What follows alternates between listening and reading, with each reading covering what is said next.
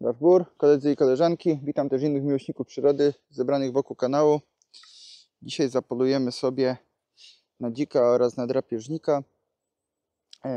Nietypowo jak dla mnie, bo w moim aucie w drodze do łowiska, jak jechałem jeszcze na rykowisko, pękła mi głowica na autostradzie. Ja mam do łowiska ponad godzinę drogi, więc można powiedzieć, że jestem w tym momencie odcięty, przynajmniej do tego obwodu, na którym teraz głównie poluję o tej porze roku, bo nasze koło ma 3 obwody.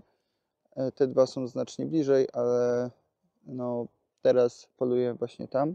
Jeden z tych obwodów poznaliście w moich pierwszych odcinkach. W ostatnich pojawia się ten drugi. Trzeciego jeszcze nie widzieliście, ale idzie taka pora roku, gdzie na pewno tam zajrzymy, bo jest to typowo leśny obwód i uwielbiam tam polować, szczególnie o tej porze roku, jak już powoli się będzie zaczynała, czyli tak od października, listopada i cała zima na te leśne dziki, przemierzać sobie w nocy te leśne dukty. Potrafię tam natrzaskać naprawdę kupę kilometrów i to jest tak naprawdę polowanie, w którym się zakochałem, jak zaczynałem polować na dziki. Tam też strzeliłem swojego pierwszego dzika właśnie w taki sposób. Na pewno będę chciał Wam pokazać takie polowanie, ale nie o tym dzisiaj, do tego jeszcze dojdziemy. Dzisiaj sobie siądziemy, prawdopodobnie siądziemy, bo zapowiada się deszcz. I ja do tego mam wszystko, co miałem niezbędne w samochodzie, mam spakowane w jeden plecak, więc on trochę waży, do tego sprzęt do nagrywania. Więc mimo, że uwielbiam chodzić na polowaniu i polować z podchodu, to dzisiaj, jeśli się uda, to sobie gdzieś siądziemy. Mam też kurtkę przeciwdeszczową w razie czego. W tym miejscu, gdzie zamierzam mniej więcej przypilnować tej kukurydzy, to jest zwyżka, ona nie ma żadnego zadaszenia, więc jest szansa, że trochę wymarzniemy. W razie czego mam takie wkłady grzewcze, żeby sobie tam przykleić gdzieś pod spodem, pod kurtkę, żeby trochę tego ciepła dostarczyć. Jest tam duża szkoda, to jest kawałek 20 hektarów, jeśli się nie mylę. W zeszłym roku zapłaciliśmy tam bardzo duże pieniądze za szkodę dla tego rolnika. W tym roku też na pewno będzie się o tą szkodę ubiegał. No zobaczymy. Na szczęście kukurydza jest teraz tania, ale ta szkoda chyba jest nawet większa niż w zeszłym roku, więc zobaczymy, jak będziemy szacować. No nie ma co dzielić skóry na niedźwiedziu. Na pewno widać, że z brzegów już ta kukurydza jest dosyć mocno zjedzona. One tam mają idealne warunki, bo tak naprawdę z trzcinowiska tylko przez rzeczkę kawałek łąki i wchodzą sobie w tą kukurydzę. Zresztą jak są deszcze, to one mogą nawet nie wychodzić z tej kukurydzy, jeśli mają wszystko, co tam potrzeba. Ostatnio tam byłem, widziałem, że dziki były. Nie było jak strzelić, bo widziałem je tylko w termo. Na celowniku miałem Nokto. Wiadomo, jak to jest. Więc spodziewam się, że dzisiaj też coś zobaczymy, że udaje się chwycić, jak będą wchodzić w tą kukurydzę, albo wyjdą na chwilę na łąkę właśnie za jakimś ślimaczkiem. Jeśli popada, to może będą miały na niego apetyt, żeby troszeczkę urozmaicić tą dietę. Dobra, nie przedłużam, czekam na kolegę Jacka, który mnie dzisiaj podrzuci do łowiska. Poznaliście go już w jednym z odcinków. Akurat jedzie. Mamy 18:30, a do łowiska jest ponad godzina drogi. Do tego jeszcze musimy zrobić 2 przystanki, bo Jacek musi coś załatwić w jednym miejscu i jeszcze potem zgarniamy jednego kolegę. Oni sobie we dwóch pojadą na inne łowisko, mnie wysadzą i potem mnie zgarną, jak już będą kończyć. Także widzimy się już na miejscu. Do zobaczenia. Gdy tylko koledzy wysadzili mnie przy polu kukurydzy, od razu wspiąłem się na zwyżkę. Nie minęła chwila, a zauważyłem ruch. Jakieś 20 metrów za mną żerowała zwierzyna na kolbach. Szybko jednak zorientowałem się, że to tylko 2 spokojne sarny.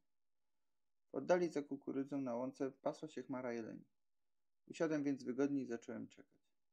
Po kilku minutach na łąkę przede mną wyszła sarna, a zaraz za nią w wysokich trawach dostrzegłem sylwetkę dzika. Przygotowałem się do strzału, czekając aż wyjdzie na otwarte, kierując się w stronę kukurydzy. Ale dzik miał inne plany. Zamiast tego powolnym krokiem przemieszczał się równolegle do pola. Zszedłem więc ze zwyżki i ruszyłem w tym samym kierunku. W pewnym momencie widziałem go nawet całkiem dobrze, ale mimo to nie potrafiłem uchwycić go w celowniku noktowizyjnym. Liczyłem, że w końcu wyjdzie na łąkę. Mijało 5, 10, 20, 40 minut, a ja mogłem tylko stać w miejscu i czekać na jego kolejny ruch. Wiatr był słaby, ale kręcił. W każdej chwili mógł mnie zwietrzyć. Po pewnym czasie dzik zniknął za gęstą kępą krzewów. Wiedziałem, że muszę podjąć decyzję. Albo obejść kępę i ryzykować bezpośrednie spotkanie oraz spłoszenie zwierza, albo zostać na miejscu i liczyć, że sam wyjdzie w stronę kukurydzy. Zdecydowałem się zaryzykować i zostałem. Niestety to nie był dobry wybór. Dzik już się nie pojawił, a cisza, która zapadła, była najlepszym dowodem na to, że tego wieczoru nasze drogi się rozeszły. Gdy już kończyłem polowanie, chciałem rozładować broń i jeszcze po raz ostatni przeskanowałem okolice termowizorem. Na polnej dróżce, idącej wzdłuż kukurydzy, jakieś 50 metrów ode mnie stał lis. Nie czekając długo, przycelowałem i pociągnąłem za spust.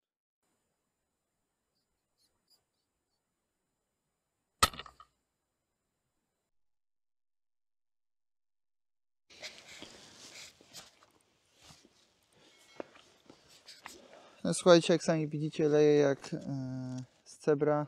Siedziałem tutaj chyba 3 godzinki i widzieliśmy jednego dzika, ale w ogóle nie wszedł w tą kukurydzę, szedł wzdłuż wysokimi trawami i no, rozpłynął się w pewnym momencie, mimo że szedłem równo z nim, ten wiatr też był taki trochę niepewny. W sumie to w ogóle nie wiało, dlatego nie wiadomo, od której strony może mnie zwietrzyć. No i chyba to zrobił, albo po prostu nie był dzisiaj zainteresowany kukurydzą. No już szedłem ze zwyżki, już miałem rozładowywać broń. Jeszcze wyszedł lisek, suczka, tak na otarcie łez, na koniec wieczoru. Także odcinek się nie kończy, widzimy się na kolejnym wyjściu. Daszbur. Mamy kolejne wyjście. Daszbur, witam się ponownie. Dzisiaj jestem trochę wcześniej w łowisku, żeby sobie troszeczkę obtropić i widzę, że jest dosyć sporo buchtowisk, jak zwał, tak zwał. Biotop, w jakim będziemy dzisiaj polować, jest mniej więcej taki, jak widzicie za mną, czyli głównie nieużytki, jakieś pokrzywy i pojedyncze drzewa, trafiają się dęby.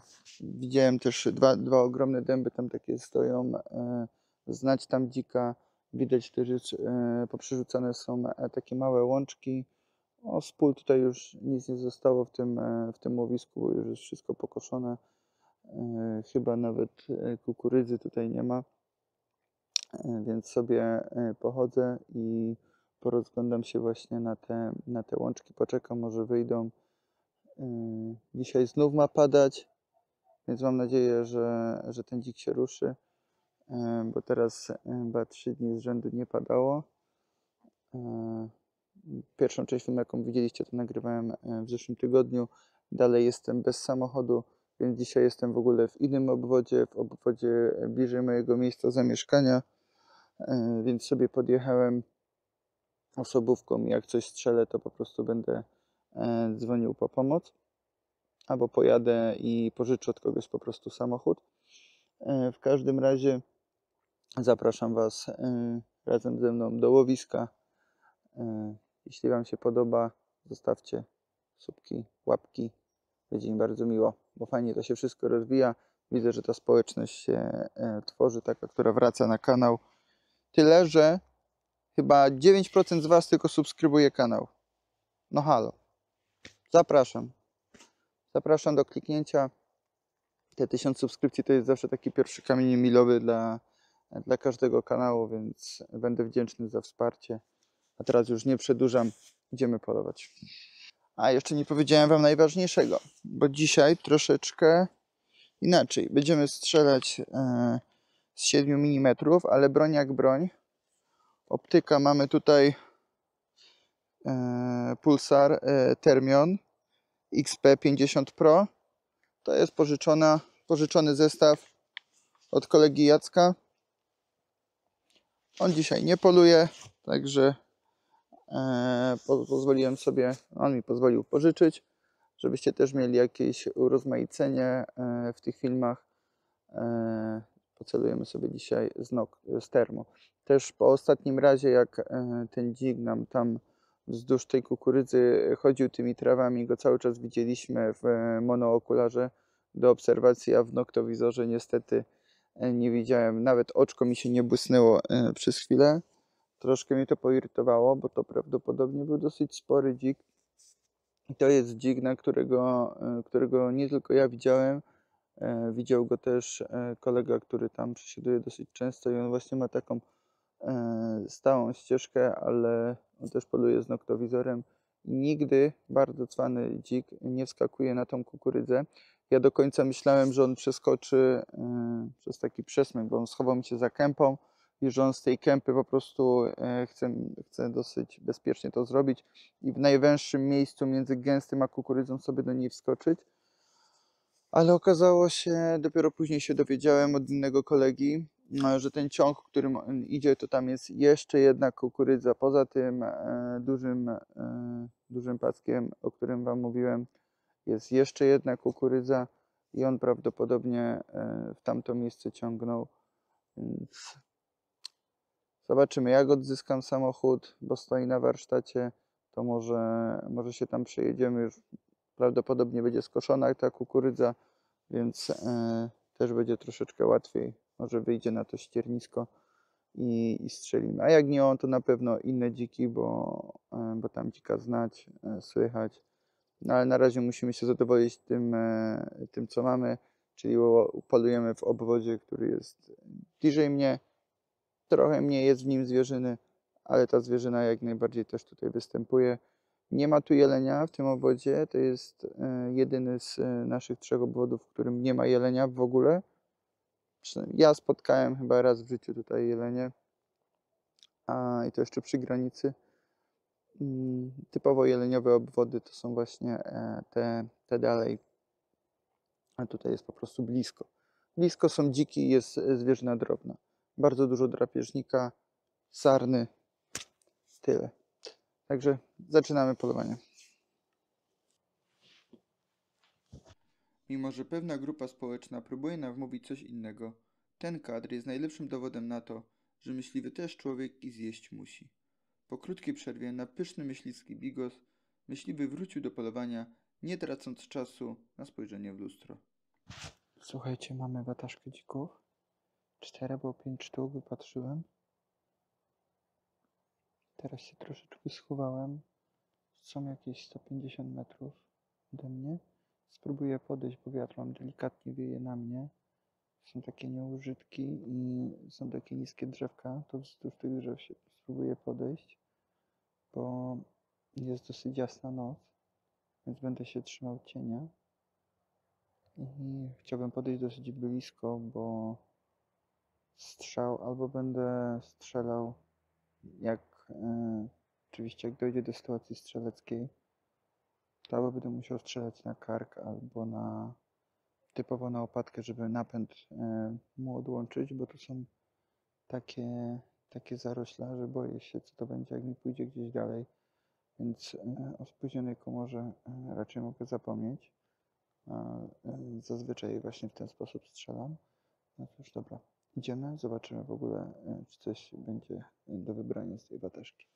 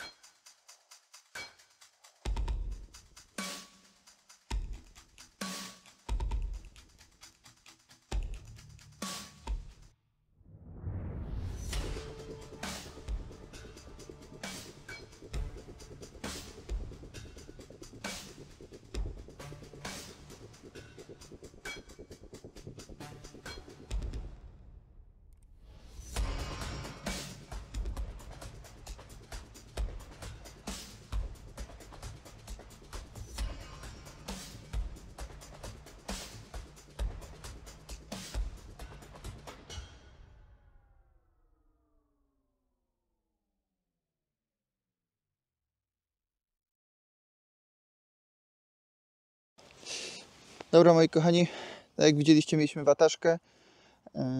Buchtowały sobie w tych pokrzywach za ślimaczkami i ewidentnie wyróżniał się od reszty. Był trochę większy i je tam gonił, więc rozwiał wątpliwość. Taki myślę, że z 60 kg, raczej nie więcej. Broń już zostawiłem w samochodzie, bo mam do przeciągnięcia go jakieś 150 metrów. Jestem w pojedynkę, także trochę cardio dzisiaj jeszcze zaliczę. Biorę się za patroszenie. U nas na szczęście nie ma ASF-a, także mogę to zrobić tu, osobno zabrać patrochy, będzie trochę lżej. Jeśli Wam się podobało, zapraszam do subskrypcji, komentarza, zostawienia łapki. Do zobaczenia w następnym odcinku. Dashbur.